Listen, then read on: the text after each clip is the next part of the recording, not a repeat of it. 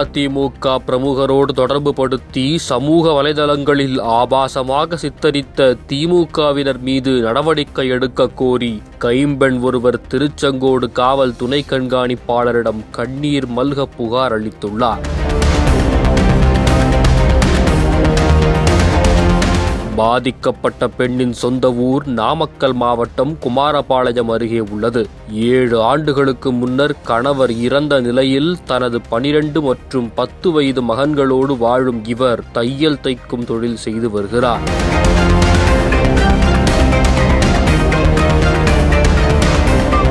இவர் சரவணகுமார் என்பவருக்கு சொந்தமான தொகுப்பு வீட்டில் குடியிருந்து வந்துள்ளார். அப்போது தனக்கு உதவி செய்வது போல் நடித்து வீட்டுக்குள் கேமரா வைத்து தன்னை அந்தரங்கமாக சரவணகுமார் வீடியோ எடுத்து வைத்துக் கொண்டு அவரது ஆசைக்கு இணங்க வற்புறுத்தியதாக பாதிக்கப்பட்ட பெண் குற்றம் சாட்டியுள்ளது அதிர்ச்சியை ஏற்படுத்தி இருக்கிறது. நான் 2021 சரவணகுமார்ங்கிறவர் அபேக்ஸ் காலனியில் அவங்க லைன் வீட்டில் நான் வாடகைக்கு குடி போனேங்க.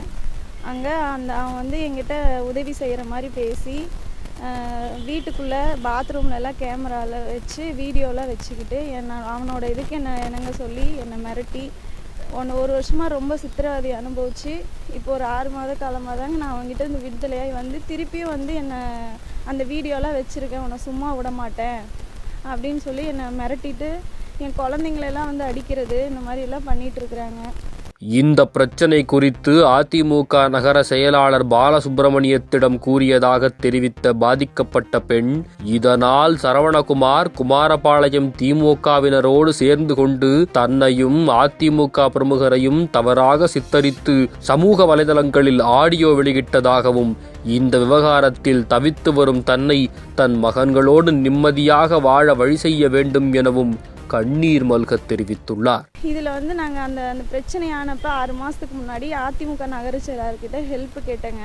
அவங்க தான் பேசி இதுலேருந்து எல்லாம் வெளியே வந்தாங்க. இப்போ அவரே என்னையும் சேர்த்து வச்சு தப்பாக சித்தரித்து ஃபேஸ்புக்கில் எல்லாத்துலேயும் ஆடியோ வெளியிட்டிருக்காங்க. என்னால் நீ வாழ முடியல, இதுக்கு துணையாக குமாரபாளையம் திமுக காரங்க எல்லாம் துணையாக இருக்காங்க. என்னால் நிம்மதியாக வாழ முடியல. நான் 1 வாரம் ஆச்சு நிம்மதியாக குழந்தைங்கள வச்சுட்டு அங்கேயும் இங்கேயும் அலைஞ்சிட்ருக்குறேன். எனக்கு இதிலேருந்து ஏதாவது ஒரு விடுதலை கிடச்சி நானும் என் குழந்தைங்களும் நிம்மதியாக வாழணும். இதுக்கு உடனே இருக்க திமுக காரங்க மேலேயும் அவங்க கொடுக்கணும். அதுக்கான ஆடியோ எல்லாமே என்கிட்ட இருக்குது. அதிமுக நகர செயலாளருக்கும் தனக்கும் எந்த சம்பந்தமும் இல்லை என கூறும் அந்த பெண் தன்னை வைத்து திமுகவினர் அரசியல் செய்வதாகவும், சரவணகுமாரிடம் இருக்கும் மந்தரங்க வீடியோக்களை வாங்கி அழிக்க நடவடிக்கை எடுக்க வேண்டும் என்றும் காவல்துறையிடம் கோரிக்கை விடுத்துள்ளார். இதுக்கு நாங்கள் அதிமுக நகர செயலாளருக்கும் எனக்கு எந்த சம்பந்தமும் இல்லை. இது அவங்க இந்த விஷயத்தை வச்சு அரசியல் பண்ணுறாங்க. அவங்க வீட்டில் இருக்க பொம்பளைங்க இந்த மாதிரி ஏதோ ஒரு பிரச்சனைனா இப்படி வச்சு அரசியல் பண்ணிடுவாங்களா? என்னால் வாழ முடியல. என் உயிருக்கும் திமுக காரங்களால் ஆபத்து இருக்குங்க. நான் 1 வாரமாக அப்படி தான் அங்கேயும் இங்கேயும் அலைஞ்சிட்ருக்குறேங்க குழந்தைங்கள வச்சுட்டு. நான் நேற்று போய் நாமக்கல் காவல் ஆய்வாளர்கிட்ட மனு கொடுத்துருக்குறேங்க. இப்போ இங்கே எஸ்பி ஆஃபீஸ்லேயும் டிஎஸ்பி ஆஃபீஸ்லேயும் கொடுத்துருக்குறேன். எனக்கு அவங்க மேலேயும் ஆக்ஷன் இருந்தால் சரவணகுமார் மேலேயும் ஆக்ஷன் எடுக்கணுங்க.